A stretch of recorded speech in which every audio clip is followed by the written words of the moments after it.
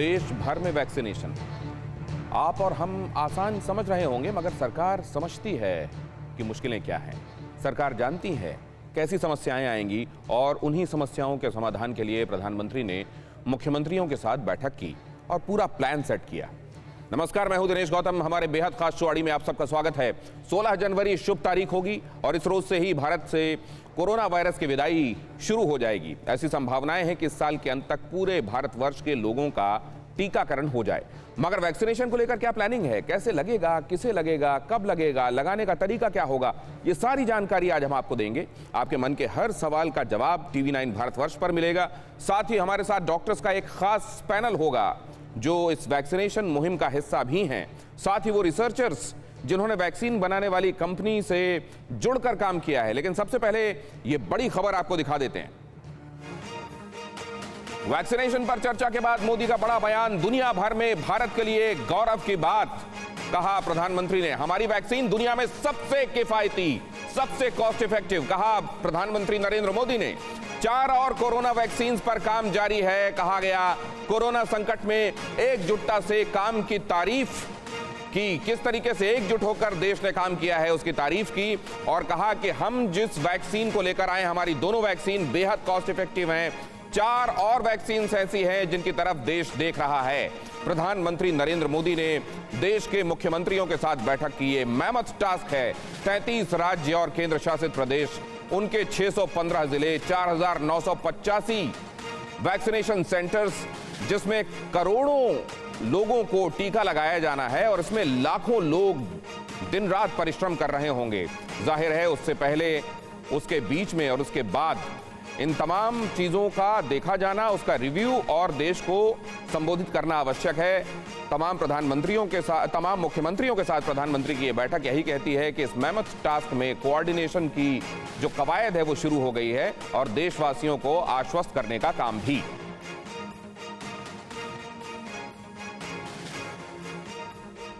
साथियों, अब हमारा देश कोरोना के खिलाफ लड़ाई में एक निर्णायक चरण में प्रवेश कर रहा है। यह चरण है वैक्सीनेशन का। जैसे यहां जिक्र हुआ, 16 जनवरी से हम दुनिया का सबसे बड़ा टीकाकरण अभियान शुरू कर रहे हैं।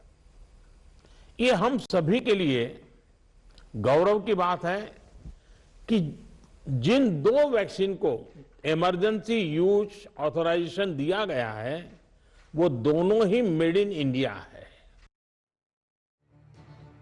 और हमारे साथ खास मेहमान जुड़ रहे हैं जो इस वक्त आपको अपनी टेलीविजन स्क्रीन पर नजर आ रहे हैं। शलभ मणि त्रिपाठी हमारे साथ जुड़ रहे हैं, प्रवक्ता हैं भारतीय जनता पार्टी के। घनश्याम तिवारी इस चर्चा का हिस्सा होंगे, समाजवादी पार्टी के प्रवक्ता हैं। शैलेंद्र सक्सेना प्रोफेसर हैं CFAR के, हमारे साथ इस चर्चा का हिस्सा हैं। डॉक्टर BL शेरवाल डायरेक्टर हैं RGSSH के। Doctor Anil Pandey principal investigator हैं कोवैक्सीन के। कैसे ये वैक्सीन बनी और इस वैक्सीन के असर के संदर्भ में जो तमाम दावे हो रहे हैं, वैक्सीन को लेकर आपके दिमाग में जो तमाम प्रश्न हैं उनके जवाब देने के लिए पैनल हमारे सामने है। इसको लेकर जो सियासत हो रही है वो कितनी जायज है, उसकी कितनी गुंजाइश होनी चाहिए और वो उसमें उठने वाले सवाल कितने जायज हैं, इस पर चर्चा करेंगे। लेकिन पहले आपको ले चलते हैं इस अहम जानकारी की तरफ जो आपको परत दर परत उस तरफ ले चलेगी जहां आपके सवालों की उत्कंठा शांत होनी शुरू होगी, सवालों के जवाब मिलने शुरू होंगे। आपकी जो जिज्ञासाएं हैं टीके को लेकर आज, उसमें आपको क्या जानना आवश्यक है, देखिए एक के बाद एक मैं आपको दिखाना शुरू करता हूं। कैसे इमरजेंसी अप्रूवल मिला। इमरजेंसी अप्रूवल किसको कहते हैं? इमरजेंसी अप्रूवल उसे कहते हैं जब वैक्सीनेशन, आप जानते हैं वैक्सीन को बनाए जाने की जो फेजेस होती हैं, पहली होती है क्लिनिकल ट्रायल्स जब चल रहे होते हैं, लैब में जब चल रहा होता है उसका काम, और उसके बाद जब मानव शरीर पर उसके परीक्षण होते हैं। 3 फेजेस में वो परीक्षण किए जाते हैं। जब इन परीक्षणों के पूरा होने के पहले, इन 3 फेजेस के पूरा होने के पहले अगर वैक्सीनेशन को मंजूरी मिलती है तो उसे आपातकालीन मंजूरी कहते हैं, उसी कहते हैं इमरजेंसी अप्रूवल वैक्सीन का। और इसको, ये किसको किसको मिला है? चीन की 4 वैक्सीन को इस तरीके का इमरजेंसी अप्रूवल मिला है। रूस की 2 वैक्सीन को इस तरीके का इमरजेंसी अप्रूवल दिया गया है। अमेरिका ने भी अपनी 2 वैक्सीन को इस तरीके का इमरजेंसी अप्रूवल दिया है। ब्रिटेन की 1 वैक्सीन, वही जो हमारे यहाँ सीरम इंस्टीट्यूट के साथ जिसका प्रोडक्शन शुरू होने वाला है, उसको इमरजेंसी अप्रूवल मिला है। भारत में 2 वैक्सीन, एक वही जो असल में कोविशील्ड है जो सीरम इंस्टीट्यूट के साथ यूके ने जो बनाई है उसी का प्रोडक्शन यहां पर शुरू होने वाला है। और दूसरा कोवैक्सीन जो आईसीएमआर के साथ और जो हमारा वायरोलॉजी इंस्टीट्यूट है इंडिया का उसके साथ बनाया जा रहा है भारत बायोटेक के संयुक्त उद्यम में। इन दोनों वैक्सीन्स को इमरजेंसी अप्रूवल हिंदुस्तान में मिला है और टीका मुबारक हम पूरे देश को कह रहे हैं, क्योंकि वो टीका जो हमने लॉकडाउन के दौरान इस पूरे त्रास के दौरान हमने घड़ी गिन गिन कर जिसका इंतजार किया, आखिरकार वो देश के सामने आ रहा है। लिहाजा टीका मुबारक, और ये टीका असरदार हो, देश की और दुनिया की सुरक्षा हो, इस उम्मीद के साथ। असल में ये कितना मेहनत टास्क है भारत जैसे जहां पर बहुत ज्यादा तादाद में लोग रह रहे हैं और वहां जहां पर तमाम डाइवर्सिटीज के बीच में लोगों को जाकर समझाना, मनाना और टीकाकरण करना है, वो समझाने की कोशिश करता हूं आपको। शुरुआत में पहले चरण में 30 करोड़ लोग, ये 30 करोड़ लोग कौन होंगे? इन 30 करोड़ लोगों में 3 तरह के लोगों को चिन्हित किया गया है। इसमें वो लोग होंगे जो फ्रंटलाइन वर्कर्स होंगे, जिसमें हेल्थ केयर वर्कर्स भी शामिल होंगे। इसमें वो लोग भी होंगे जिनकी उम्र 50 साल से ज्यादा की होगी। इसमें वो लोग भी होंगे जो 50 साल से कम उम्र के हैं लेकिन उनको कोमॉर्बिडिटीज हैं, ब्लड प्रेशर है, डायबिटीज है, दूसरी तरह की समस्याएं हैं। और इसमें 2 डोजेज हर व्यक्ति को 4 हफ्तों के अंदर 28 दिन के भीतर 2 डोजेज लेनी होंगी। पहले 1 डोज लगेगी और उसके बाद दूसरी 1 डोज लगेगी। इस तरीके से अगर आप देखें, अगर 30 करोड़ लोगों को वैक्सीनेशन दिए जाने का काम पहले चरण में पूरा किया जाना है तो 13 लाख डोजेज हर दिन देनी होगी। 13 लाख डोज अगर आप हर दिन देंगे तब जाकर अगस्त तक आप अपने 30 करोड़ के ऑब्जेक्टिव को पूरा कर पाएंगे। जाहिर है ये बहुत बड़ा टास्क है, बहुत मेहनत। असल में ये सब छोटे शब्द हैं इसके लिए, इसीलिए प्रधानमंत्री ने भी इसके लिए उस शब्द का इस्तेमाल किया है। दुनिया का वैक्सीनेशन का सबसे बड़ा प्रोग्राम हिंदुस्तान कैरी आउट करने वाला है। इससे पहले चाइना ने दिया है, एक दिन में उसने 22 22 लाख लोगों को और 2 दिन में करीब 45 लाख लोगों को दिया, लेकिन ये 2 ही दिन रहे, उसके बाद उसका कंटिन्यूटी का नहीं। और इसी तरह अमेरिका एक दिन में करीब 5.25 लाख लोगों को डोजेज दे रहा है और यूनाइटेड किंगडम 4.25 लाख लोगों को। लेकिन हिंदुस्तान में बहुत बड़ी प्रक्रिया होने वाली है और ये सबसे बड़ी चुनौती अगर है तो इसके लिए सबसे बड़ी तैयारियां भी होनी होंगी। सबसे बड़ी तैयारियां तमाम राज्य और केंद्र शासित प्रदेशों में देखिए किस तरीके से ये दिया जाने वाला है। इसके लिए मास्टर ट्रेनर्स रखे गए हैं जो दूसरों को ट्रेन करेंगे, वो मास्टर ट्रेनर्स जो दूसरों को भी ट्रेन करेंगे। 2360 इसमें वैक्सीन कैसे दिया जाना है, कैसे उसका भंडारण सुनिश्चित करना है, किस टेम्परेचर में उसको रखा जाना है, इससे जुड़ी हुई तमाम निटी-ग्रिटीज के बारे में पूरा जो नॉलेज होगा और जो इस नॉलेज को दूसरों को देंगे वो होंगे मास्टर ट्रेनर्स 2360। प्रोग्राम मैनेजर्स 61,000 होंगे। इसमें वैक्सीनेटर्स की संख्या होगी 2 लाख जो सीधे सीधे वैक्सीनेशन के काम में जुड़े होंगे, जो जाकर टीका लगाएंगे। और इनके साथ जो जुड़ी हुई पेरिफेरल टीम होगी जो इनकी मदद करेगी, उनको अगर आप देखते हैं तो वो करीब 4.25 लाख लोग होंगे जो इस टीम का हिस्सा होंगे। अब देखिए ये कहां होना है। ये 33 राज्य और केंद्र शासित प्रदेशों के 615 जिले इसमें आइडेंटिफाई किए गए हैं। 4,895 इनमें सेंटर्स बनाए जाएंगे और इसमें रोज करीब 100 से 200 लोग, शुरुआत में 100 लोग, और अगर लगता है कि ये सब आसानी से किया जा सकता है और इस तादाद को बढ़ाया जा सकता है तो इसको 200 तक ले जाया जाएगा।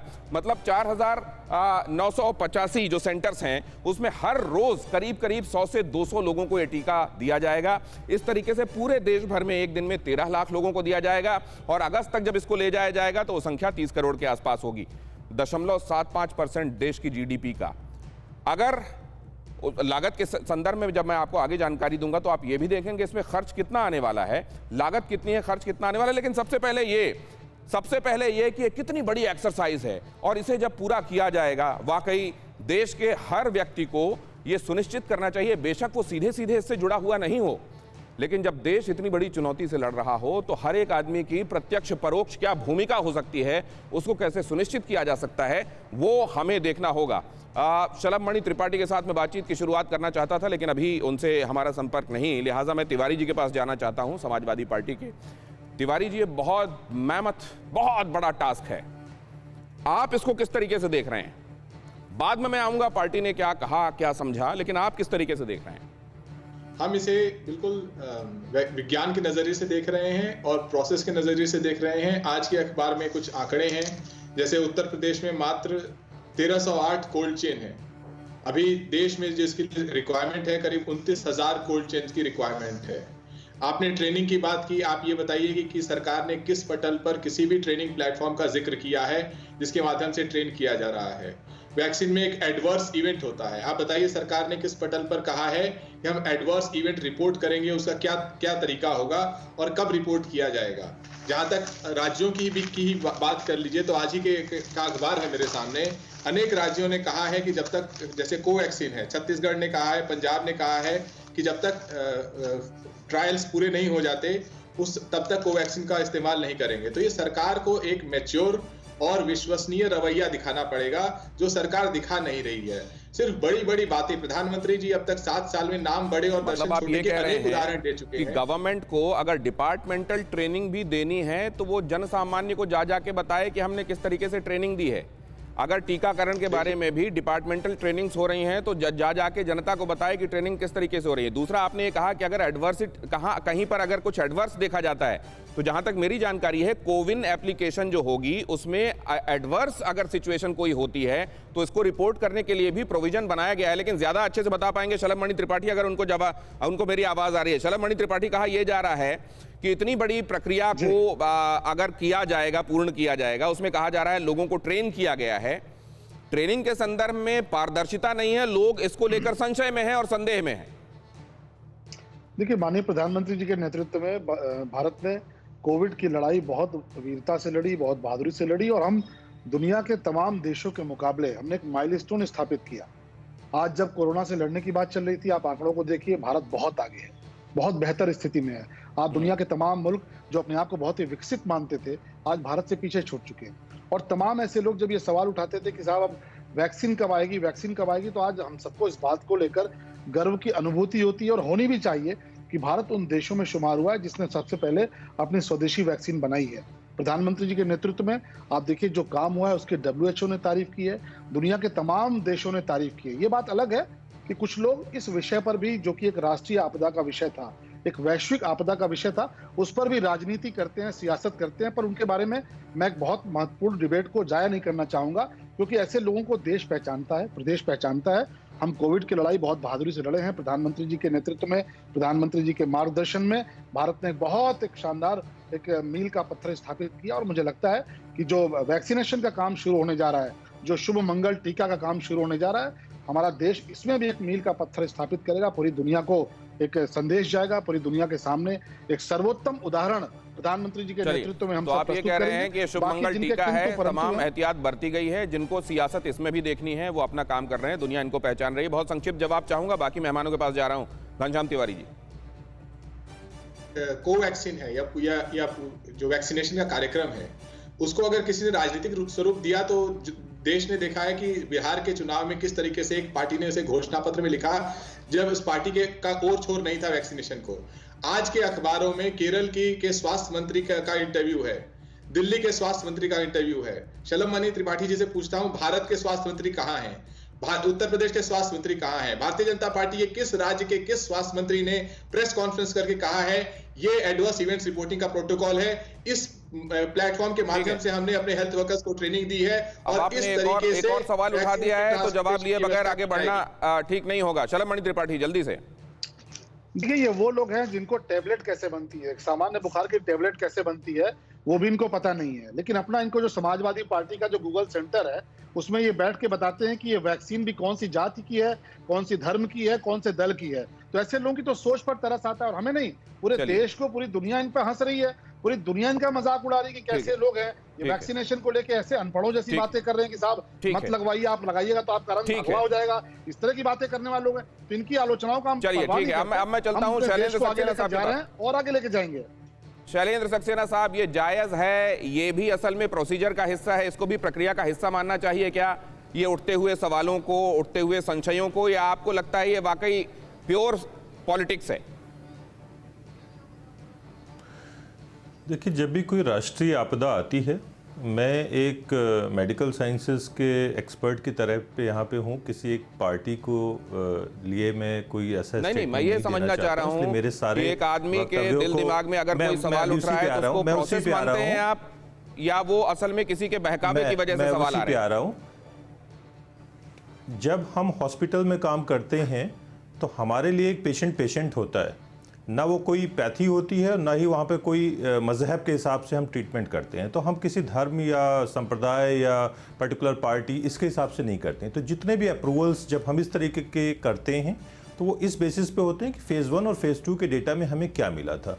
अभी सवाल था कि इमरजेंसी अप्रूवल दिया गया, बिल्कुल ज़रूरी है। इमरजेंसी अप्रूवल इसलिए देना था क्योंकि हमारे देश में जिस तरीके की आपदा थी, हमारे पास कोई और औपचारिक तरीका नहीं था। अभी तक जो भी एसओपीज थे उसमें हम पेशेंट को सिर्फ जान बचा रहे थे। हमारे पास अगर एक ऑप्शन था तो उसको कर लेना ज़्यादा अच्छा है। हाउएवर, इमरजेंसी अप्रूवल का एक बहुत ही इंपॉर्टेंट प्रोटोकॉल है। इसका मतलब होता है कि हम जब वैक्सीन लगाते हैं तो पर्सन की कंसेंट भी लेते हैं। ये एक बहुत छोटी सी चीज़ है लेकिन बहुत इंपॉर्टेंट और मायनेदार चीज़ है। तो हम किसी से ज़बरदस्ती नहीं कर रहे हैं। हम जिसको भी वैक्सीन लगाने का प्रयास सरकार कर रही है, ये international, it is not a government issue, it is a international protocol कि जब हम किसी को वैक्सीन इमरजेंसी अप्रूवल के बाद लगाते हैं तो उससे कंसेंट भी साइन करवाते हैं कि हाँ आप लगवाने की इच्छुक हैं। बातें आपने कहीं, इसको लेके आगे जाता हूं। एक राउंड पूरे मेहमानों के पास होके आऊं सक्सेना साहब, उसके बाद पूरी आपकी बात इलैबोरेटेड में समझूंगा। दो बातें कही गई, एक तो साइंटिफिक तरीके से इसको देखा जाए, इसमें हर एक वो चीज फॉलो की गई है जो असल में वेल लेड डाउन प्रोसीजर्स के तहत किया गया है।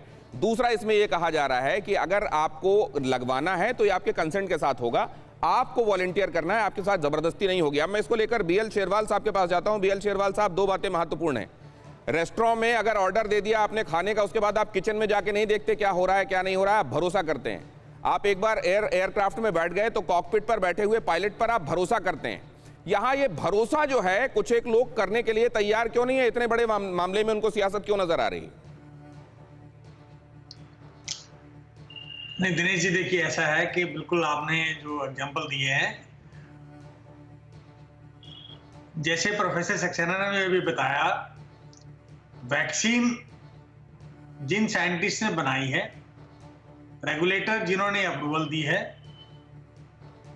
और सरकार अल्टीमेटली जो मार्केट में लॉन्च होगा प्रोग्राम, सभी इसके इंपॉर्टेंट पहलू हैं और सब ने इस पे वो साइंटिफिक तरीके से चर्चा की है। उसके बाद ही ये वैक्सीन मार्केट में आएगी और पेशेंट्स जो हमारे बेनिफिशियरी है उन तक पहुंचेगी। अगर किसी भी ठीक है समय, चाहे वो इनिशियली अप्रूवल के टाइम हो या मार्केटिंग के टाइम हो या जब वैक्सीन लगनी है अगर बेनिफिशियरी को, उसके बाद कोई भी AEFI है तो वो उसका पूरा का पूरा ध्यान रखा गया है। कोई ऐसा शॉर्टकट नहीं होता कि भाई चलिए इसमें कोई बात नहीं, हम देख लेंगे बाद में। वो इसलिए अब वैक्सीन आने के तक जो है हम जरूर वो करते हैं, लेकिन जब एक बार मार्केट में लॉन्च हो जाता है तो मेजॉरिटी ऑफ दी थिंग्स हम कोशिश करते हैं कि ये इस पे ध्यान दिया जाए। और जो प्रोविजन है AFI के नोट करने के और उसके बाद फीडबैक देने के, वो प्रॉपरली जो सॉफ्टवेयर है उसके अंदर आपने भी बताया, वो बाखूबी हर बेनिफिशियरी को वो एक नंबर बताया जाएगा और एवरी 15 डेज हमारे साइंटिस्ट जो कह रहे हैं उनको भी सुना घनश्याम तिवारी जी ने और अपने पॉलिटिकल फ्रेंड को भी सुन लिया उन्होंने, शलम मणि त्रिपाठी जी को। उसके बाद उनकी उत्कंठाएं शांत होती हैं, सवाल शांत होते हैं, संशय शांत होते हैं। क्या अनिल पांडे हमारे साथ जुड़ रहे हैं? Doctor Anil Pandey, last but not the least, हम उनके पास सवाल लेकर जाएंगे। मैं उनका परिचय एक बार फिर से करा दूं आपको। कोवैक्सीन जो अब आने वाली है, आपको बचाने वाली है, उसमें जिन लोगों ने दिन रात की मेहनत की है उनमें अग्रगण्य लोगों में डॉक्टर अनिल पांडे भी हैं। तो अनिल पांडे, हम बहुत गौरवान्वित हैं कि आप हमारे साथ आज के इस पैनल में शामिल हैं। एक बार फिर से आपका स्वागत है। इससे पहले कि आपके पास मैं सवाल लेकर आऊं, एक अहम खबर बता देना चाहता हूं अपने दर्शकों को। कोरोना वैक्सीन की कीमत पर बड़ी खबर है ये। सीरम इंस्टीट्यूट को मिला सरकार से वैक्सीन का ऑर्डर। सीरम इंस्टीट्यूट से वैक्सीन खरीदेगी सरकार। कोरोना की वैक्सीन की कीमत होगी 200 रुपए। सीरम इंस्टीट्यूट ऑफ इंडिया की जो वैक्सीन होगी कोविशील्ड, वो 200 रुपए की होगी। इसमें लागत कितने आने वाली है और उसमें कितना मुनाफा उसमें रखा गया है और उसके साथ जो सरकार को दिया जा रहा है 200 रुपए में, उसका गणित भी हम आपको समझाएंगे। लेकिन फिलहाल आपको बता दें, कोविशील्ड की कीमत तय हो गई। कोविशील्ड को 200 रुपए प्रति डोज के हिसाब से खरीदा जाएगा सरकार की तरफ से, जो कि Serum Institute of India provide कराएगी। Serum Institute of India, AstraZeneca, Oxford ने जो कोविशील्ड बनाई है, जो वैक्सीन बनाई है, उसका प्रोडक्शन हिंदुस्तान में कर रही है। आइए अब आपको बताते हैं कि किस तरीके से कीमत, लागत और असर के संदर्भ में वो जानकारियां जो आपके पास होनी चाहिए वो मैं आपको बता दूं। ये जो अभी कहा जा रहा है कि सीरम इंस्टीट्यूट ऑफ इंडिया की जो एक डोज होगी वो 200 रुपए की सरकार को मुहैया होगी। वैक्सीन की कीमत के संदर्भ में अभी जो जानकारियां मुहैया हैं वो मैं आपको बता देता हूं। वैक्सीन की कीमत अगर एक डोज की लागत के संदर्भ में बात करें तो कहा जा रहा है कि कम से कम 100 रुपए तो इसमें लगते ही हैं बनाने में इसको, और अधिक से अधिक जो लगते हैं वो 200 रुपए लगते हैं। मतलब यहां पर ये मानकर अगर 200 रुपए की कीमत एक डोज की रखी गई है तो ये भी आप मान सकते हैं कि अगर ये कम से कम और ज्यादा से ज्यादा के बीच का औसत है तो बहुत ज्यादा मार्जिन लेकर कंपनी फिलहाल सरकार को नहीं दे रही है। और इसमें वैक्सीन की डोज की कीमत के संदर्भ में, कीमत अब मैं बता रहा हूं, पहले आपने लागत देखा 100 से 200, अब कीमत देखिए। कीमत मतलब उसमें मार्जिन जोड़कर जो दिया जाएगा आगे, कम से कम होगी 250 रुपए, तो उससे तो कम में सरकार को मिल रही है, और ज्यादा से ज्यादा होगी 300 रुपए। कोविशील्ड और कोवैक्सीन के मामले में जो जानकारी है वो मैं आपको बता रहा हूं। 2 डोज की कीमत कितनी होगी उसको आप डबल कर लीजिए, 700 से लेकर 900 रुपए कम से कम और ज्यादा से ज्यादा के आंकड़ों के संदर्भ में। अगला इंफॉर्मेशन देखिए, 30 करोड़ लोगों को अगर वैक्सीनेट किया जाना है और उस जो कीमत है उसको आप एक्स्ट्रापोलेट करेंगे तो जो आएगा वो 21,000 करोड़ रुपए से लेकर अधिक से अधिक अगर कीमत को लेंगे आप 27,000 करोड़। मतलब ये सरकार के ऊपर, सरकार को जो वहन करना है फिलहाल 21,000 करोड़ से लेकर 27,000 करोड़ रुपए इसमें लगने वाले हैं। 21,000 करोड़ से 27,000 करोड़ रुपए सरकार को वहन करने पड़ेंगे। और अगर आप देखें इसको, अगर आप आगे बढ़ाते जाएं और इसको 80 करोड़ लोगों तक अगर आप इसको ले जाते हैं तो कम से कम 75,000 करोड़ रुपए की व्यवस्था सरकार को करनी पड़ेगी। और इस हिसाब से अगर आप आंकड़ों को देखेंगे तो जो कुल जीडीपी है उसका 0.75% हिस्सा इसमें सरकार का लगने वाला है। कुल मिलाकर ये एक बहुत बड़ा खर्च है, लेकिन अगर आप उसको उन आंकड़ों में लेकर आएंगे जो जीडीपी के संदर्भ में होते हैं तो आपको 0.75 दिखाई देता है। बहरहाल इसको लेकर एक बार फिर से अपने मेहमानों के पास चलते हैं और अब डॉक्टर पांडे के पास ये समझने के लिए चलते हैं। डॉक्टर पांडे, ये हम देख रहे हैं कीमत कैसे तय हो रही है, लागत कितनी है, कितने की पड़ेगी, लेकिन इस सब के बीच जो ये सवाल उठ रहे हैं इफिकेसी को लेकर, कितनी कारगर होगी, कितने दिनों तक एंटीबॉडी बनी रहेंगी, क्या जो कोवैक्सीन के बारे में दावा किया जा रहा है कि ये 6 महीने से 1 साल तक ये आपको प्रोटेक्शन देंगी, ये दावा किस आधार पर किया जा रहा है, किस परीक्षण के आधार पर किया जा रहा है, इसका जरा संक्षिप्त उत्तर आप मुझे देंगे? अच्छा, सबसे पहले तो आपको बहुत बहुत धन्यवाद, आपको बहुत बहुत धन्यवाद इनवाइट करने के लिए। डॉक्टर पांडे, आपका जो माउथ पीस है, ऑथराइजेशन मिला हुआ है, माउथ पीस उसको करीब कर लेंगे या इंश्योर करेंगे कि जो माइक है वो आपका इंटैक्ट है, लगा हुआ है वहां जहां होना चाहिए उसको, प्लीज। हाँ जी, अभी आवाज आ रही है? बिल्कुल बिल्कुल बिल्कुल, माइक गिर गया था जी, कहिए। Okay, sorry. हाँ, मैं एक्चुअली ये बताने की कोशिश कर रहा था कि जो ये कोवैक्सीन को जो इमरजेंसी ऑथराइजेशन मिला है, बेसिकली ये प्री क्लिनिकल और फेज़ 1 फेज़ 2 ट्रायल के बेसिस पर मिला हुआ है। फेज़ 1 और फेज़ 2 ट्रायल जो होता है ये मेनली सेफ्टी और इम्यूनोजेनेसिटी को मतलब डिटेक्ट करता है। तो ये एटलीस्ट DCGI विदाउट एक साइंटिफिक रिव्यू बोर्ड होती है, जो अभी हम कुछ पैनलिस्ट का सुन रहे थे कि ये कैसे मिला है। एक्चुअली इसमें सरकार जो है अपने एक एडवाइजरी, साइंटिफिक एडवाइजरी ग्रुप अलग से इसके लिए है और उनके रिकमेंडेशन के बेसिस पर ही देती है। तो ये मान लीजिए कि जो फेज़ 1 और फेज़ 2 में जो ऑलरेडी पब्लिक डोमेन में है और ये पब्लिश भी हो चुका है, तो उसके बेसिस पर जो दिया गया तो ये देखा गया कि इसकी सेफ्टी प्रोफाइल जो है फुली इस्टेब्लिश्ड है। Means this is one of the safest vaccine in the world. इसमें कहीं पर किसी को, क्योंकि ये एक होल वेरियन इनएक्टिवेटेड वायरस से बनाया गया है और ये फेज़ 1-2 में कोई भी सीरियस एडवर्स इफेक्ट रिपोर्ट नहीं हुई है। कुछ माइनर जरूर जो एक्सेप्टेबल साइड इफेक्ट होते हैं, like allergic reaction, mild fever, body एक, हेड एक, चिल्स, इस टाइप के जो अमूमन काफ़ी सारे वैक्सीन में आप देखे होंगे। इवन DPT या कोई भी वैक्सीन आप लेंगे तो माइल्ड फीवर, बॉडी एक, हेड एक हो सकता है। सीरियस साइड इफेक्ट एक भी नहीं आया है। अब रही बात जो ये इमरजेंसी ऑथराइजेशन, ये भारत के साथ साथ अदर भी, आपने पहले ही अपने इंट्रोडक्टरी स्पीच में बताया कि बहुत सारे अदर कंट्री में भी इमरजेंसी ऑथराइजेशन दिया जाता है और ये बिल्कुल सही टाइम था, because such type of pandemic situation में आपके पास अगर कोई भी प्रूवन ट्रीटमेंट नहीं है, कोई और अल्टरनेटिव नहीं है, तो ये एक अल्टरनेटिव के रूप में आपके पास अवेलेबल है। तो निश्चित रूप से ये साइंटिफिक रिव्यू बोर्ड के रिकमेंडेशन के बेसिस पर दिया गया है। दूसरी डॉक्टर बात पांडे, एक बात मेरी अपनी जिज्ञासा है, बहुत संक्षेप में आपसे जानना चाहता हूं, क्योंकि ये इंडियन कंडीशन में इंडियन कंपनीज हैं, जाहिर है ये जो कोवैक्सीन आ रही है इसमें भारत बायोटेक है, ICMR है और साथ में वायरोलॉजी इंस्टीट्यूट है। क्या इसमें जो आंकड़े इस्तेमाल किए गए होंगे, जो तमाम चीज़ें, क्योंकि ये देशज है, तमाम देसी परिस्थितियों, देसी आंकड़ों और तमाम चीज़ों को कंसीडर करके किया होगा, तो क्या ये समझा जाए कि इसके ज़्यादा एफिकेसी होने की संभावना है? देखिए, पहली बात तो ये है कि निश्चित पहली बात हम लोगों को गर्व होना चाहिए कि ये कंप्लीटली भारत में डेवलप की हुई by Indian council of medical research, national institute of virology and Bharat biotech international ने मिलकर बनाया, इसको डेवलप किया है। तो ऑब्वियसली ये इंडिया के हर कोने में, हर पार्ट, जैसे ये फेज 3 आप देख रहे होंगे कि 26 सेंटर, जिसमें ESIC मेडिकल कॉलेज फरीदाबाद भी उसमें से एक है, 25,800 लोगों पर ये चल रहा है, जिसका कि फर्स्ट डोज कंप्लीट भी हो चुका है और सेकेंड भी जनवरी एंड तक लगभग कंप्लीट हो जाएगा। तो ऑब्वियसली ये यहाँ के टेम्परेचर पर, यहाँ के लोगों के, यहाँ के डाइवर्सिफाइड पॉपुलेशन पर ट्रायल किया गया है। तो निश्चित रूप से जो हमारे कंडीशन के हिसाब से अगर देखी जाए, क्योंकि बाकी में को भी गवर्नमेंट ने वैसे सीरम इंस्टीट्यूट के भी वैक्सीन को बिना ट्रायल के, लिमिटेड ट्रायल पर निश्चित रूप से उसके बाद ही इमरजेंसी ऑथराइजेशन दिया है, इसीलिए बाकी वैक्सीन को अभी तक नहीं दिया गया क्योंकि उन लोगों ने ट्रायल नहीं किया। डॉक्टर पांडे, लेकिन अगर मैं ये चाहता हूं, मान लीजिए मैं प्रायोरिटी ग्रुप में आता हूं और मैं ये चाहता हूं कि मुझे कोवैक्सीन लगे, तो क्या मैं इसको वहां कोविन में ये कोई प्रोविजन है, या मैं ये कह सकता हूं कि मुझे अमुक वैक्सीन लगाई जाए, या वो लोग जो वैक्सीन देने वाले हैं उन पे वो तय करेंगे मुझे क्या लगना है?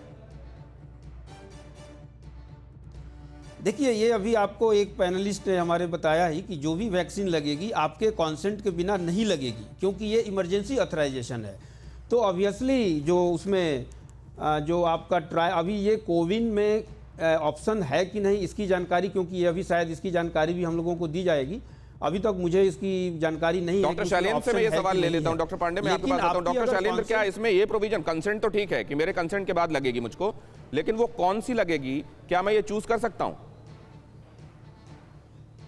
नॉर्मली जब किसी से कंसेंट लेते हैं तो हम उन दवाओं के ऑप्शंस देते हैं कि आपको कौन सी लेनी है या आपको कौन सी वैक्सीन चाहिए, और उसमें आप टिक करते हैं, आप चूज़ करते हैं। तो जब इमरजेंसी अप्रूवल और ऑथराइजेशन दिया जाता है तो ये बाय डिफ़ॉल्ट होता है कि आपसे हम पूछते हैं कि आप इनमें से क्या लेना चाहते हैं। आप ना भी कर सकते हैं, और अगर आप लेना चाहते हैं तो उन दोनों में से क्या लेना चाहते हैं। सो आई थिंक इसमें कोई कन्फ्यूजन नहीं होना चाहिए। डॉक्टर शेरवाल, और ये जो तय किया गया है कि प्रायोरिटी ग्रुप बना दिया गया है, 30 करोड़ लोग पहले चिन्हित किए गए हैं, उसके बाद में बाकियों का नंबर आएगा, और दूसरे कंसेंट वाला मामला। अब मैं ये समझना चाहता हूं कि कंसेंट और ये प्रायोरिटी ग्रुप बनाने से जो लार्जर पर्पस है वो सर्व होता है या डिफीट होता है? क्योंकि लार्जर पर्पस ये है कि हमारे पास वो इम्यूनिटी आ जानी चाहिए, हमारे पास हर्ड के पास, जो इस संक्रमण को रोके, फैलने से बचाए।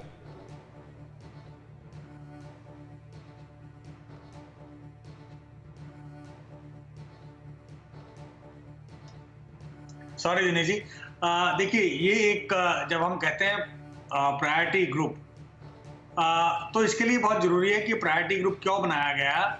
जो हमारे हेल्थ कर्मी हैं उनको आवश्यकता क्या है वैक्सीन की, वो एक आप ये देखिए पिछले 10 महीने से हेल्थ कर्मी अपनी जान पर खेलकर कोविड का इलाज कर रहे हैं। तो अगर पहला कोविड वैक्सीन अगर अवेलेबल है तो उनको इसलिए दिया है ताकि वो कॉन्फिडेंस लेवल आए और वो कोविड से इम्यून हो सके।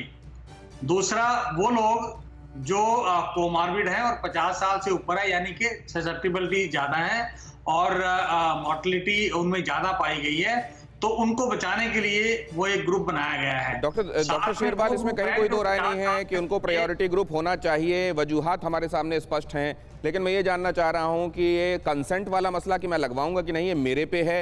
दूसरे प्रायोरिटी ग्रुप तय किया जाने वाला मसला, ये लार्जर पर्पस सर्व करता है क्या? हर्ड इम्यूनिटी अचीव करने वाला, वो इम्यूनिटी अचीव करने वाला जिससे वो संक्रमण रोका जा सके। मैं आपके पास आऊंगा, लेकिन एक अहम खबर बताने के बाद, मोदी ने मीटिंग के बाद किया बड़ा ऐलान, 3 करोड़ लोगों के टीके का खर्च केंद्र उठाएगा। पहले चरण के वैक्सीनेशन का पैसा देगी सरकार, मेडिकल स्टाफ, सैन्य बल, पुलिस बल को इसमें टीका लगाया जाएगा। सफाई कर्मियों को भी पहले चरण में टीका लगाया जाएगा। वो लोग जो ज्यादा ससेप्टेबल हैं, वल्नरेबल हैं इस इन्फेक्शन को कैच करने के लिए, उन्हें सबसे पहले टीका लगाया जाएगा। और उसी में ये प्रायोरिटी ग्रुप की जिसकी चर्चा कर रहे थे 30 करोड़ लोग, वो शामिल हैं जिनके वैक्सीनेशन का खर्च सरकार उठाएगी। बाद में क्या किया जाना है सरकार तय करेगी कि बाद में जो लोग हैं जो तय किए जाएंगे, जिनको टीका दिया जाएगा, उनको भी सरकार अपने खर्चे पर टीका लगवाएगी या उनका खर्च उनको खुद उठाना पड़ेगा। बहरहाल आइए अब देखते हैं ये अगली जानकारी। ये जानकारी वैक्सीन वाली बेहद अहम, देखिए ये जानकारी क्या है। ये जानकारी वैक्सीन वाली आपको ये बताएगी कि अभी तक वैक्सीन का पूरा जो लैंडस्केप है, वैक्सीन लैंडस्केप आप जानते हैं, WHO ने वैक्सीन लैंडस्केप बनाया जिसमें 232 कैंडिडेट्स अभी तक कुल आए हैं और उनमें से 10 को ये इमरजेंसी अप्रूवल मिला है। कुल 60 ऐसी वैक्सीन्स हैं इन 232 में जो फेज 2 में गई हैं, वरना अभी फेज 1 जो लैब में चलने वाला होता है उसमें ज्यादातर 172 वैक्सीन्स उसमें है अभी। बहरहाल ये देखिए आप, ये जानकारी वैक्सीन के 2 डोज लगाने होंगे। अभी जो वैक्सीन के संदर्भ में जो स्थिति है वो ये है कि आपको 1 डोज लगवानी पड़ेगी पहले और उसके 28 दिन के बाद आपको दूसरी डोज लगवाने के लिए पहुंचना पड़ेगा। इसमें एक सवाल यह भी उठता है कि पहले डोज के बाद कई जगह कहा जा रहा है कोविशील्ड के बारे में कि ये 90% तक इफेक्टिव है, दूसरी डोज के बाद ये 60% के आसपास इफेक्टिव है। जरा वैज्ञानिकों से ये भी समझेंगे कि ये क्या मामला है। लेकिन उससे पहले आप देखिए, सभी को 2 डोज लगवाने होंगे। पहली डोज आप जैसे ही लगवाएंगे आपको एक QR कोड आएगा, वो ये इंश्योर कर देगा कि आपने पहली डोज लगवा ली है। असल में कोविन करके एक एप्लीकेशन होगा, उसमें जाके आप रजिस्टर करेंगे। रजिस्टर करने की आइडेंटिटी अपने कार्ड के साथ, कोई भी आइडेंटिटी कार्ड जो सरकार जनरली जिसको एक्सेप्ट करती है वो वहाँ पे आप दिखाएंगे। यही आपको उसमें आ जाएगा, कहाँ पे लगेगा, कितने बजे लगेगा, आपको पूरी जानकारी आ जाएगी SMS में। वहाँ आप जाएंगे, आपको टीका लगेगा। टीका लगने के बाद आपको एक मैसेज आएगा कि आपका टीकाकरण हो गया है। इसी तरीके से 28 दिन बाद जब दूसरी डोज लगवाने के लिए आप पहुंचेंगे तो फिर से आपको आइडेंटिटी कार्ड दिखाना होगा, आपको दूसरी डोज लगेगी और इस तरीके से आपका वैक्सीनेशन कंप्लीट माना जाएगा। उसके बाद आपको एक सर्टिफिकेट भी मिलेगा that you have been vaccinated completely, all both the dose have been administered। यहां पर आप देखिए दूसरे डोज के 2 हफ्ते बाद कहा जा रहा है एंटीबॉडीज बनने लगेंगे। अब ये सवाल, 2 हफ्ते बाद एंटीबॉडीज बनने लगेंगी तो पहली डोज के बाद 90% इफिकेसी की क्या बात कही जा रही है, ये जरा समझें। और ये भी समझें कि जिन लोगों को कोरोना हुआ है, जिन लोगों को कोरोना के बाद ये कहा जा रहा है कि उनमें इम्यूनोग्लोबिन्स डेवलप हो गए होंगे, क्या उनको भी टीका लगवाने की आवश्यकता है, जरा ये समझें। डॉक्टर सक्सेना, अगर आप ये जरा बताएं हमें, प्रोफेसर सक्सेना, तो हमारे लिए बड़ी सहूलियत होगी हमारे दर्शकों के लिए। सबसे पहली बात तो ये है कि जब ये जो कोविशील्ड की बात हो रही थी कि जब पहली डोज की वैक्सीन लगा रहे हैं तो उसके बाद 90% इम्यूनिटी हमें लोगों में देखी गई है कि it has been found 90% effective. उसके 4 हफ्ते के बाद जब दूसरी डोज लगाई तो हमें देखा कि ये 62% इफिकेसी है। अब ये एक बहुत बड़ा डिसीजन मेकिंग था कि क्या इसका मतलब ये है कि हम सिंगल डोज लगाएं। अभी तक जो प्लान है उसमें यही है कि हम 1 डोज लगाएंगे और उसकी दूसरी डोज जो है वो हम करीब 12 हफ्ते के बाद उसका फिर से एक टेस्ट करेंगे और देखेंगे और अकॉर्डिंगली हम उसको प्रोसीड करेंगे। तो हम अभी दूसरी डोज की इस समय बात नहीं कर रहे हैं, अभी सिंगल डोज की बात हो रही है। दूसरा सवाल था आपका कि जिसको कोविड हो चुका है, इम्यूनोग्लोबिन्स डेवलप हो चुके हैं, एंटीबॉडी टेस्ट ये दिखा रहा है कि उनको हो चुका है। क्या नॉर्मली जिनमें कोविड हो चुका है उनमें कई बार हम लोगों ने देखा है कि एंटीबॉडी टाइटर इतना ज़्यादा नहीं है कि वो प्रोटेक्टिव हो, और प्रोटेक्टिव इम्यूनिटी के लिए ज़रूरी है कि एंटीबॉडी टाइटर 45-50 के ऊपर हो। हमारे अधिकतर जो केसेस आ रहे हैं उनके एंटीबॉडी लेस देन 10 हैं, तो वो हमारे लिए बहुत प्रोटेक्टिव नहीं है। तो इसका मतलब ये हुआ कि जिनको हो चुका है उन्होंने अगर भले ही अपने एंटीबॉडी टाइटर कराया भी हो, इट विल बी एडवाइजेबल कि अगर वो हाई रिस्क ग्रुप में हैं तो वो अपना अपना वैक्सीन जो है वो ज़रूर लगवाएं और वो उस एंटीबॉडी के सहारे ना बैठे रहें जो उनके टेस्ट में आया है, अनलेस और अनटिल उनका एंटीबॉडी टाइटर 45 एंड अबव आ रहा है। वो बहुत रेयर केसेस हैं, बहुत ही कम हमारे देश में। जी, तो अगर आपको कोविड हुआ भी है तो उसके बाद आवश्यक है कि आप लगवा लें। और ये भी आपको हम बता दें कि वैक्सीन लगने के बाद भी आपको वो नॉर्म्स जो अभी तक आप फॉलो करते रहे हैं, मास्क, सैनिटाइजेशन और डिस्टेंसेस को फॉलो करते रहना होगा। लेकिन अब शलभ मणि त्रिपाठी, मैं आपके पास आ रहा हूँ। इतना बड़ा काम किया जाना है, ये दुनिया में एक तरीके की नज़ीर होगी। हमारे यहाँ ये देखते हैं कि कोई चीज़ आने के पहले वो जो एंटी सोशल लोग होते हैं उसका तोड़ पहले निकालने की कोशिश करते हैं, कैसे इसको ब्लैक किया जाए, कैसे इसके बारे में कोई भ्रांति फैलाई जाए, कैसे कुछ लोगों से पैसे ठग लिए जाएं, ये सब कुछ होगा। इस तरफ से सिस्टम को दुरुस्त करने के लिए, लूप होल्स प्लग करने के लिए कुछ किया गया है, सोचा गया है? नहीं, देखिए मुझे लगता है कि हर छोटी बड़ी जो बारीक चीजें हैं उसको लेकर तैयारियां की गई हैं पूरे देश में। प्रधानमंत्री जी ने बार बार खुद पूरी तैयारियों का परीक्षण किया, बार बार पूरी तैयारियों का जायजा लिया। और जो ड्राई रन एक आपने देखा होगा कि लगातार ड्राई रन हुए हैं, उन ड्राई रन के जरिए देखा गया कि कहीं पर अगर जो वैक्सीनेशन हो रहा है किस तरह की समस्याएं आ सकती हैं, किस तरह के अवरोध आ सकते हैं, किस तरह की कोई बदमाशी कोई कर सकता है, कोई जालसाजी कर सकता है। इन सारी चीजों को लेकर सरकार ने अपनी तैयारियां बहुत पुख्ता कर रखी है और मुझे लगता है कि एक बहुत बड़ा एक संदेश दुनिया को भारत आज देने जा रहा है प्रधानमंत्री जी के नेतृत्व में। हम सबको इस बात को लेकर गर्व होना चाहिए अपने वैज्ञानिकों पर, अपने कोरोना वॉरियर्स पर, अपने स्वच्छता कर्मियों पर, तमाम डॉक्टर्स पर, तमाम उन लोगों को लेकर जिन्होंने लगातार कोविड को लेकर लड़ाई लड़ी है। हमारे देश के जो नागरिक हैं उनको बचाया है। बहुत से लोगों ने अपनी शहादत दी एक तरह से। तो निश्चित तौर पे हमको अपने देश पर गर्व होना चाहिए, अपने प्रधानमंत्री जी पर गर्व होना चाहिए कि आप देखिए कि जब ये पूरी वैक्सीन बन रही थी, खुद प्रधानमंत्री जी उस दौरान भी गए थे। और जो बार बार ये बात आ रही है कि तमाम जो देश के जो तमाम दुनिया के तमाम मुल्क हैं उन्होंने भारत की सराहना की है, WHO ने भी भारत की सराहना की है। तो मैं ये मान सकता हूँ कि ठीक है, वैचारिक तौर पर हम अलग हो सकते हैं, वैचारिक गतिरोध हो सकते हैं, वैचारिक तौर पर एक दूसरे से असहमति हो सकती है, पर ये देश का मसला है।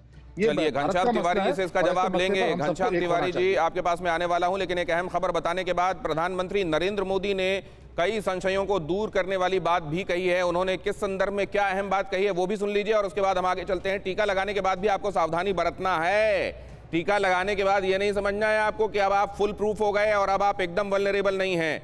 टीका लगाने के बाद आपको अपनी एहतियात बरतनी है, वैक्सीन की सही जानकारी दी जाए और कहीं कोई अफवाह ना फैलाई जाए, इस बारे में भी प्रधानमंत्री ने आगाह किया है। अब मैं चलता हूं घनश्याम तिवारी जी के पास, लेकिन उससे पहले सुनिए। प्रदेश को ये सुनिश्चित करना होगा कि अफवाहों पर, वैक्सीन से जुड़े अपप्रचार को कोई हवा न मिले। इफ्स और बट्स से बात नहीं होनी चाहिए। देश और दुनिया के अनेक सारथी तत्व हमारे इस अभियान में रुकावट डालने की कोशिश कर सकते हैं। घनश्याम तिवारी जी, एक संदेश इसमें उन पॉलिटिकल ओपोनेंट्स के लिए भी छुपा हुआ है जिनके बहुत सारे फॉलोअर्स हैं, लाखों में, हजारों करोड़ों में फॉलोअर्स हैं। उनको कम से कम ये जिम्मेदारी समझनी चाहिए कि उनकी तरफ से, उनके नेता की तरफ से आया हुआ कोई भी बयान उनके फॉलोअर्स को संशय में डाल सकता है और यह देश के लिए ठीक नहीं होगा। आप ये सोचिए कि जिम्मेदारी किसने नहीं उठाई। जब प्रधानमंत्री के कैबिनेट के एक साथी गो कोरोना गो गाने लगते हैं और उनके ही एक सांसद मिट्टी में लौटने लगते हैं कि मिट्टी में लौटने से कोरोना चला जाएगा, क्या इनकी तरफ से कोई वैज्ञानिक नजरिया उन लोगों के प्रति आया? नहीं आया। अभी हम आंकड़ों की बात कर रहे थे, मेरे पास आज का इकोनॉमिक टाइम्स है, उसमें सीरम इंस्टीट्यूट का बयान है कि जनवरी तक 1 करोड़ वैक्सीन उपलब्ध हो जाएंगी। अगर 2 आपको डोजेस लगाने हैं तो उसके हिसाब से आप तुलना कर लीजिए। ये एक लंबा प्रयास है, इसमें सिर्फ बड़ी बड़ी बातें कहने से नहीं होगा। प्रधानमंत्री जी की एक ही बात से मैं इत्तेफाक रखता हूं कि इसकी जिम्मेदारी प्रधानमंत्री जी की को स्वयं की पीठ थपथपाएं, उनकी पार्टी के लोग प्रधानमंत्री जी महान है का मंत्र गाएं, उसके ऊपर नहीं है, बल्कि राज्यों की जिम्मेदारी है। और इसीलिए मुझे खुशी है कि देश के विभिन्न राज्यों में जो कि जिम्मेदार राज्य हैं, उनके स्वास्थ्य मंत्री खुल करके अपनी बात रख रहे हैं। इस बहस की शुरुआत मैंने की थी कि भारतीय जनता पार्टी के किस राज्य के किस स्वास्थ्य मंत्री ने कहीं भी खुलकर अपनी बात रखी है। अगर दिल्ली के स्वास्थ्य मंत्री अपनी बात रख सकते हैं कि इस तरीके से हम ऑर्गेनाइज कर रहे हैं, केरल के स्वास्थ्य मंत्री अपनी बात रख सकते हैं कि इस तरीके से हम ऑर्गेनाइज कर रहे हैं, तो क्या भारतीय जनता पार्टी के शलभ मणि त्रिपाठी आपकी बात का जवाब देना चाहते हैं? जानकारी नहीं है या हिम्मत नहीं है? ठीक है घनश्याम जी, जिम्मेदारी आप लोगों ने निभाई है, दूसरों ने नहीं निभाई। जवाब ले लें शलभ मणि जी। दिनेश जी, हम सबने देखा है कि मैं आपको छोटी सी किस्सा सुनाना चाहूंगा कि भारत और पाकिस्तान का मैच कई बार जब होता था और बड़ा रोमांचक मैच होता था और भारत जब मैच जीत जाता था तो कुछ मोहल्लों में सियापा छा जाता था, जैसे लगता था कि मौत का सन्नाटा पसर गया है। तो मुझे लगता है कि आज देश के 130 करोड़ लोग हैं वो आज देश पर फख्र कर रहे हैं, देश के वैज्ञानिकों पर फख्र कर रहे हैं, प्रधानमंत्री पर फख्र कर रहे हैं, पर कुछ मोहल्लों में सियापा ठहरा हुआ है, कुछ मोहल्लों में सन्नाटा है। वो मोहल्ले बिलाप करते रहेंगे, लेकिन देश उनको देख रहा है कि आज जब देश की लड़ाई है, देश के 130 करोड़ लोगों की लड़ाई है, तो कौन उसमें विद्वेष फैलाने का काम कर रहा है। कोरोना जैसी महामारी, कोरोना जैसी राष्ट्रीय आपदा में भी किन लोगों ने राजनीति की और किन लोगों ने बहुत निम्न स्तर पर जाकर ये कहा कि ये वैक्सीन किसकी है, इस वैक्सीन को लेकर अफवाह फैलाने का प्रयास किया। और ये जानते हुए कि इस देश में पोलियो का टीका लगाने के लिए भी हमारे वैज्ञानिकों को, हमारे डॉक्टर्स को कितनी मशक्कत करनी पड़ी, क्योंकि कुछ लोगों ने भ्रम फैलाया था। और ये जानते हुए इसके बावजूद कुछ पॉलिटिकल पार्टीज ने अपना जो रोल प्ले किया है, मुझे लगता है आने वाले वक्त में देश उसका जवाब देगा। एक संक्षिप्त जवाब, आप किस मोहल्ले से आए हैं? देखिए ये अभी तक शुरू से अंत तक भारतीय जनता पार्टी के प्रवक्ता ये नहीं बता पाए कि इनके किस स्वास्थ्य मंत्री ने कोई जिम्मेदार बयान दिया है। ये शर्म की बात है। और जहां तक हम मोहल्ले की बात करें, सुप्रीम कोर्ट ने तबलीगी मरकज के बारे में जो कहा था, आदित्यनाथ जैसे लोगों के बयानों के ऊपर सरकार का जो रुख है, उससे स्पष्ट होता है कि अफवाहें किसने फैलाई हैं। इस देश में कोरोना को लेकर के अफवाहें फैलाने वाली एक ही पार्टी है। डॉक्टर अनिल पांडे के पास एक बार फिर से मैं चलता हूं। ये सियासत है, हमारे देश में सियासत जो है उसके चरित्र, उसके मिजाज के बारे में लोग वाकिफ हैं। लेकिन मैं डॉक्टर पांडे के पास एक बार फिर से चलता हूं। डॉक्टर पांडे, अगर आप अपनी तरफ से कोई विशेष बात हमारे दर्शकों से, उन तमाम लोगों से जो इस वक्त आपको देख रहे हैं, कहना चाहते हैं वैक्सीन के संदर्भ में, सबसे इंपॉर्टेंट बात जो आपके माइंड में हो। देखिए, मैं तो किसी भी पॉलिटिकल पार्टी चाहे उस पर नहीं जाता हूँ। नहीं, मैं चाहता भी नहीं। अपील करूँगा कि ये जो वैक्सीन, इंडियन वैक्सीन जो कोवैक्सीन आई है, चाहे इवन कोविशील्ड भी आई है, वो सबकी इच्छा है जो लें, बट कम से कम जो वैज्ञानिक और जो रिसर्च टीम है, डॉक्टर्स इसमें जो दिन रात कई महीनों से जो प्रयास कर रहे हैं, उनके मेहनत की वजह से आया है, कम से कम उसकी मेहनत पर ये पानी ना फेरें इस टाइप के स्टेटमेंट से। तो क्योंकि ये हमें गर्व करना चाहिए कि आज पहली बार आप ऐसा डिस्कशन करा रहे हैं जो वर्ल्ड के अदर कंट्रीज़, यूरोप और अमेरिका पहले होता था जिसकी कोई भी न्यू मेडिसिन या वैक्सीन पहले आती थी और हम यूज करते थे, और आज पहली बार हुआ है जब उनके साथ भारत भी उसी लेवल का वैक्सीन डेवलप किया है जिससे देश, माने दुनिया के विभिन्न तो ये भारत के लिए गौरव की बात है। एक बात अंडरलाइन करने वाली, डॉक्टर अनिल पांडे ये कह रहे हैं कि आपको ये महसूस करना चाहिए कि आप उस देश के रहने वाले हैं जो उनके साथ कॉम्पीट कर रहा है, जो मोनोपोली समझते थे वैक्सीनेशन और मेडिकल हेल्थ केयर के मामले में। दुनिया के दबाव के आगे झुका चीन। एक अहम खबर, कोरोना की जांच के लिए जाएगी अंतर्राष्ट्रीय टीम। WHO के एक्सपर्ट चीन जाकर करेंगे जांच।